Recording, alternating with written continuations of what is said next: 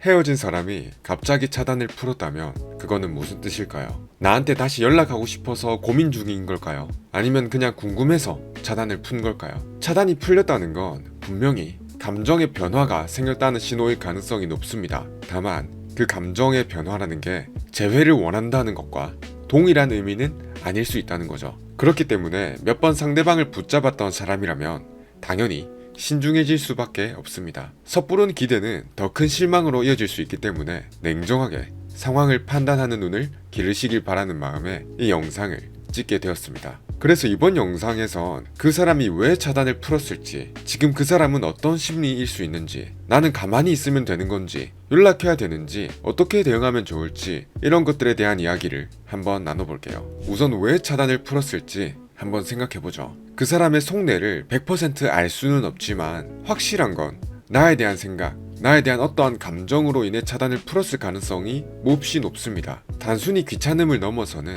어떠한 심리적인 동기가 있다는 거죠. 그렇지 않고서야 다신 연락하고 싶지 않다는 마음으로 차단한 사람을 굳이 휴대폰을 켜서 차단 목록까지 찾아 들어가서 차단을 해제하는 조금은 번거로울 수 있는 일을 하진 않을 거라는 거예요. 그럼 여기서 상대방의 심리를 조금 더 파악해보기 위해서 깊이 생각해본다면 상대방이 나와 왜 헤어지려고 했었는지에 따라서 그 사람의 심리를 유추해볼 수도 있습니다. 총 3가지 경우의 수를 나눠서 말씀드릴게요. 첫 번째 경우는 나에 대한 신뢰가 낮아져서 헤어진 경우입니다. 내가 무언가를 잘못해서 혹은 반복적인 다툼에 지쳐서 등등 여러가지 이유가 있을 수 있겠지만 근본적으로는 나와의 관계에 대한 믿음, 신뢰, 미래에 대한 기대가 낮아져서 헤어지는 경우예요. 이런 상황에서 상대방이 차단을 해제한 거라면 미련은 있지만 먼저 연락하기 싫다는 마음, 내가 차단 해제한 걸 알고 너가 반응해주면 좋겠다는 마음이 클 가능성이 높습니다. 왜냐하면 상대방은 본인이 잘못해서 헤어진 게 아니라고 생각하기 때문에, 나한테 이별의 귀책이 크다고 생각하기 때문에 상대방 본인이 미련이 있더라도 먼저 손 내밀고 잡기는 싫다는 거예요.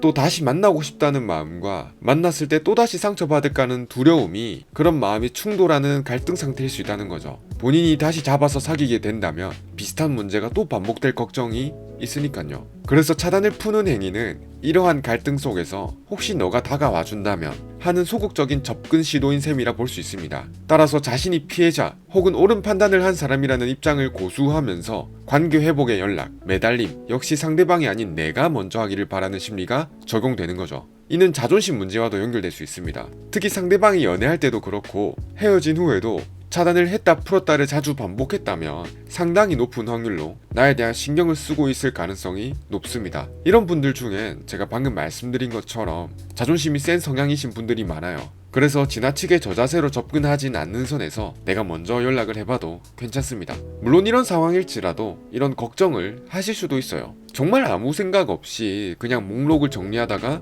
풀 수도 있지 않나요? 이에 대한 답변을 드리자면 물론 가능성은 있습니다. 하지만 이별한 지 얼마 안 되었거나 감정의 골이 깊었던 관계라면 정말 아무 생각 없이 전 연인의 차단을 푸는 경우는 생각보다 흔치는 않아요. 또한 차단 목록을 정리한다는 것은 역설적으로 그 목록에 있는 나를 의식하고 어떤 행동을 했다는 방증이 될 수도 있습니다. 정말 무관심하다면 그 목록 자체를 들여다볼 필요도 없다는 논리인 거죠. 두 번째 경우는 나에 대한 감정이 떨어져서 헤어진 경우예요. 이건 상대방이 나에 대한 감정, 이성적인 끌림이 더 이상 예전만큼 크지 않아서 헤어진 겁니다. 그렇게 헤어지긴 했는데 막상 내가 없으니까 조금 시간 지나서 보니까 내가 어떻게 지냈는지 궁금해서 일종의 호기심이 생겨서 차단을 풀었을 가능성이 높은 거죠. 헤어지고 나서 더 괜찮아졌을까? 새로운 사람은 생겼을까? 이런 것들을 확인하고 싶은 마음인 거죠. 혹은 차단을 푼 본인을 보고 내가 반응해주길 바라는 마음도 있을 수 있습니다. 하지만 이때의 마음은 앞에서 말씀드린 미래 가능성, 즉 신뢰가 낮아져서 헤어진 경우와는 달라요.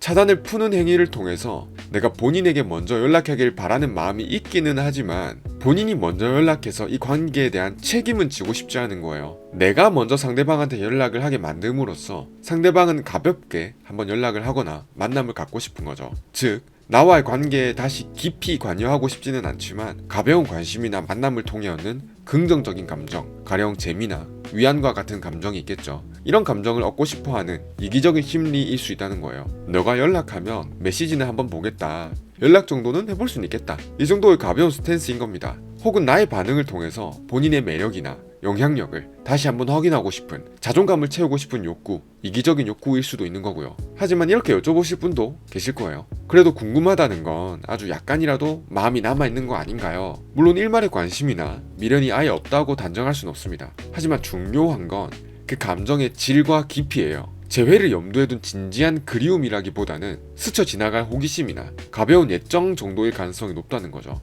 여기에 내가 큰 의미를 부여하고 매달리게 된다면 오히려 상대방에게 이용당하거나 더 큰 상처를 받을 수가 있습니다. 때문에 차단을 푼 이후에 보이는 상대방의 행동, 예를 들면 연락의 방식이라든지 태도의 변화라든지 이런 것들을 통해서 그 사람의 의도를 냉정하게 파악하는 게 중요합니다. 다음으로 마지막 세 번째, 미래 가능성, 이성적인 끌림, 즉 감정도 신뢰도 둘 다 낮아져서 헤어진 경우예요. 이 경우는 나와의 심리적인 거리가 매우 멀어진 상태라고 볼 수 있습니다. 더 이상 나라는 존재가 상대방의 감정에 큰 영향을 미치지 못하기 때문에 차단 목록에 두는 것조차 불필요하다고 느끼거나 혹은 아예 정리해서 본인의 심리적인 공간에서 완전히 지워버리려는 시도일 수 있습니다. 그래서 이때 차단을 푸는 행위는 높은 확률로 별 의미가 없습니다. 그저 차단 목록을 정리하기 위함이거나 차단 목록에도 보이는 게 싫어서 아예 정리했을 가능성이 높다는 거죠. 그래서 이렇게 두 가지 가치가 다 낮아져서 헤어진 케이스라면 상대방이 차단을 풀든 유지하든 그 행위엔 큰 의미를 부여하지 않으시는 게 나의 정신건강을 지키는데 더 도움이 되시리라 생각합니다. 이별의 원인이 복합적이고 깊었다면,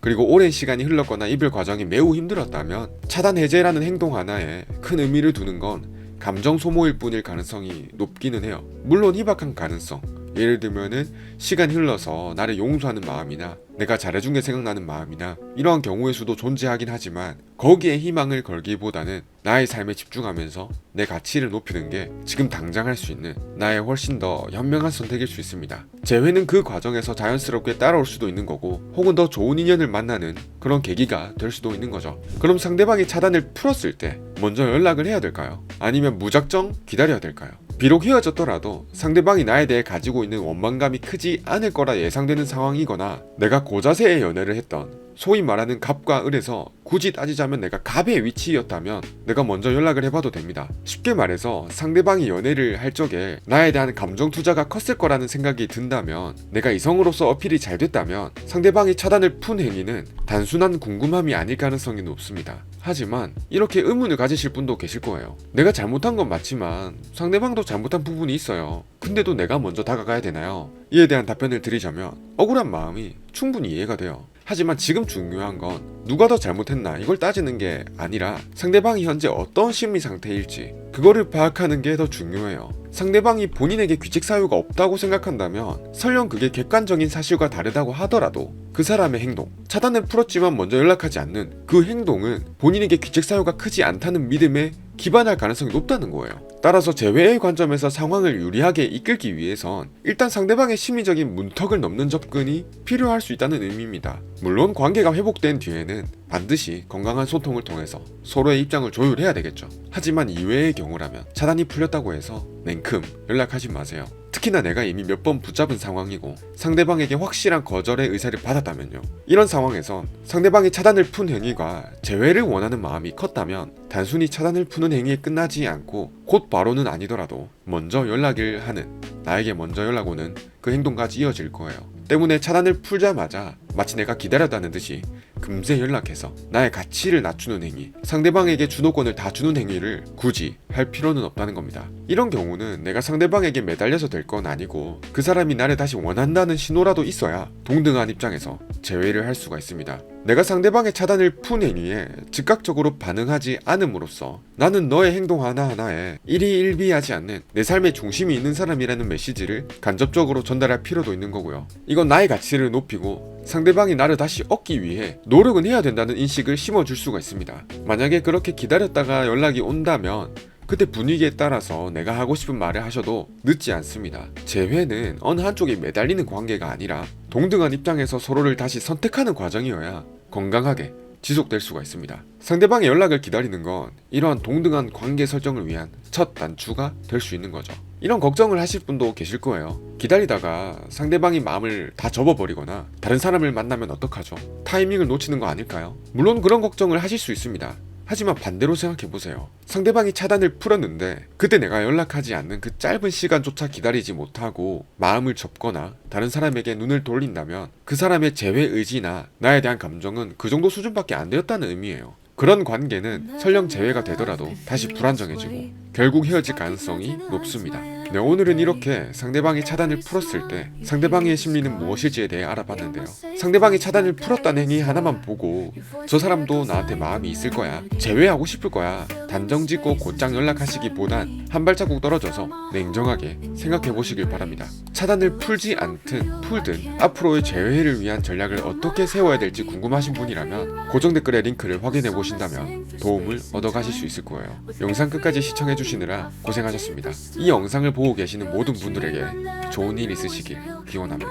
영상이 도움되셨다면 구독이나 좋아요 둘 중 하나만 눌러주시면 감사드리겠습니다. 다음 영상에서 또 뵐게요.